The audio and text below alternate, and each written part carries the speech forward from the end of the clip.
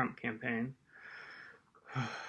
and Manafort's strategy for winning Democratic votes in Midwestern states. Months before that meeting, Manafort had caused internal polling data to be shared with Kilimnik, and the sharing continued for some period of time after their August meeting. Fall 2016. On October 7, 2016, the media released video of candidate Trump speaking in graphic terms about women years earlier, which was considered damaging to his candidacy. Less than an hour later, WikiLeaks made its second release. Thousands of John Podesta's emails had been stolen by the GRU in late March 2016. The FBI and other U.S. government institutions were at the time continuing their investigation of suspected Russian government efforts to interfere in the presidential election. That same day, October 7, the Department of Homeland Security and the Office of the Director of National Intelligence issued a joint statement that the Russian government directed the recent compromise of emails from U.S. persons and institutions, including from U.S. political organizations. Those thefts and the disclosures of the hacked materials through online platforms such as WikiLeaks, the statement continued, are intended to interfere with the U.S. election process. Post-2016 election. Immediately after the November 8 election, Russian government officials and prominent Russian businessmen began trying to make inroads into the new administration. The most senior levels of the Russian government encouraged these efforts. The Russian embassy made contact hours after the election to congratulate the president-elect and to arrange a call with President Putin. Several Russian businessmen picked up the effort from there. Kirill Dmitriev, the chief executive officer of Russia's Sovereign Wealth Fund, was among the Russians who tried to make contact with the incoming administration. In early December, a business associate steered Dmitriev to Eric Prince, a supporter of the Trump campaign, and an associate of senior Trump advisor Steve Bannon. Dmitriev and Prince later met face-to-face in January 2017 in the Seychelles and discussed U.S.-Russian relations. During the same period, another business associate introduced Dmitriev to a friend of Jared Kushner, who had not served on the campaign or the transition team. Dmitriev and Kushner's friend collaborated on a short written reconciliation plan for the United States and Russia, which Dmitriev implied had been cleared through Putin.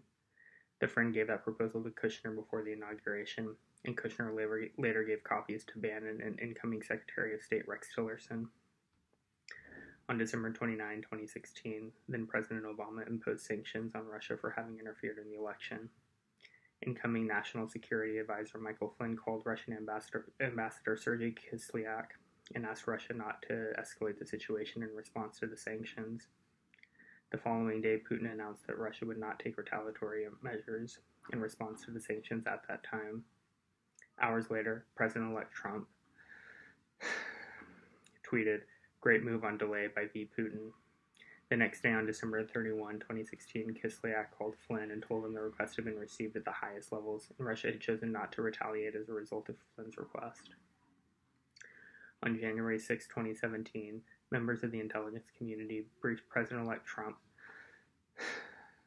on a joint statement, drafted and coordinated among the Central Intelligence Agency, FBI, and National Security Agency, that concluded with high confidence that Russia had intervened in the election through a variety of means to assist Trump's candidacy and harm Clinton's.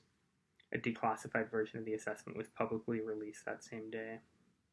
Between mid-January 2017 and early February 2017, 3 congressional committees, the House Permanent Select Committee on Intelligence, the Senate Select Committee on Intelligence, and the Senate Judiciary Committee, announced that they would conduct inquiries, or had already been conducting inquiries into Russian interference in the election. Then FBI Director James Comey later confirmed to Congress the existence of the FBI's investigation into Russian interference that had begun before the election. On March 20, 2017, in open session testimony before HPSCI, Comey stated, "I have been authorized by the Department of Justice to confirm that the FBI, as part of our counterintelligence mission, is investigating the Russian government's efforts to interfere in the 2016 presidential election, and that includes investigating the nature of any links between individuals associated with the Trump campaign and the Russian government, and whether there was any coordination between the campaign and Russia's efforts. As with any counterintelligence investigation, this will also include an assessment of whether any crimes were committed." The investigation continued under then Director Comey for the next 7 weeks until May 9, 2017, when President Trump fired Comey as FBI director an action which is analyzed in Volume 2 of the report. On May 17, 2017, Acting Attorney General Rod Rosenstein appointed a special counsel and authorized him to conduct the investigation that Comey had confirmed in his congressional testimony, as well as matters arising directly from the investigation, and any other matters within the scope of 28 CFR 600.4a, which generally covers efforts to interfere with or obstruct the investigation. President Trump reacted negatively to the special counsel's appointment. He told advisors that it was the end of his presidency, sought to have Attorney General Jefferson Sessions unrecused from the Russia investigation, and to have the special counsel removed, and engage in efforts to curtail the special counsel's investigation and prevent the disclosure of evidence to it, including through public and private contacts with potential witnesses. Those and related actions are described and analyzed in Volume 2 of the report. The special counsel's charging decisions. In reaching the charging decisions described in Volume 1 of the report, the office determined whether the conduct it found amounted to a violation of federal criminal law chargeable under the principles of federal prosecution. See Justice Manual 9-27.000 et sec. 2018. The standard set forth in the Justice Manual is whether the conduct constitutes a crime. If so, whether admissible evidence would probably be sufficient to obtain and sustain a conviction, and whether prosecution would serve a substantial federal interest that could not be adequately served by prosecution elsewhere or through non-criminal alternatives. See Justice Manual 9-27.220. Section 5 of the report provides detailed explanations of the office's charging decisions, which contain three main components. First, the office determined that Russia's two principal interference operations in the 2016 U.S. presidential election, the social media campaign and the hacking and dumping operations, violated U.S. criminal law. Many of the individuals and entities involved in the social media campaign have been charged with participating in a conspiracy to defraud the United States by undermining through deceptive acts the work of federal agencies charged with regulating foreign influence in U.S. elections, as well as related counts of identity theft. See United States VA Internet Research Agency et al., number 18-CR-32DDC. Separately, Russian intelligence officers who carried out the hacking into Democratic Party computers and the personal email accounts of individuals affiliated with the Clinton campaign conspired to violate, among other federal laws, the Federal Computer Intrusion Statute, and they have been so charged. See United States v. Netieshko et al., number 18-CR-215DDC. Harm to ongoing matter. Personal privacy.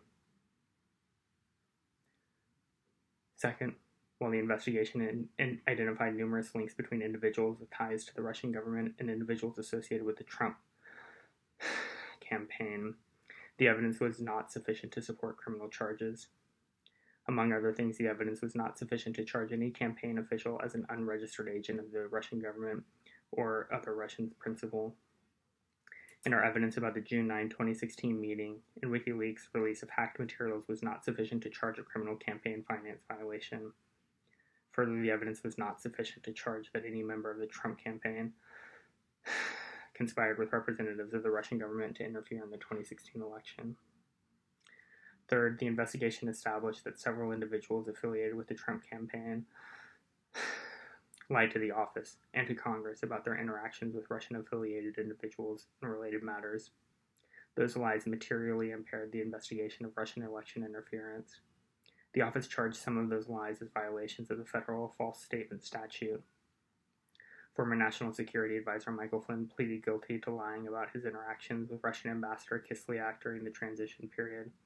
George Papadopoulos, a foreign policy advisor during the campaign period, pleaded guilty to lying to investigators about, inter alia, the nature and timing of his interactions with Joseph Milford, the professor who told Papadopoulos that the Russians had dirt on candidate Clinton in the form of thousands of emails. Former Trump Organization attorney Michael Cohen pleaded guilty to making false statements to Congress about the Trump Moscow project, harm to ongoing matter. And in February 2019, the U.S. District Court for the District of Columbia found that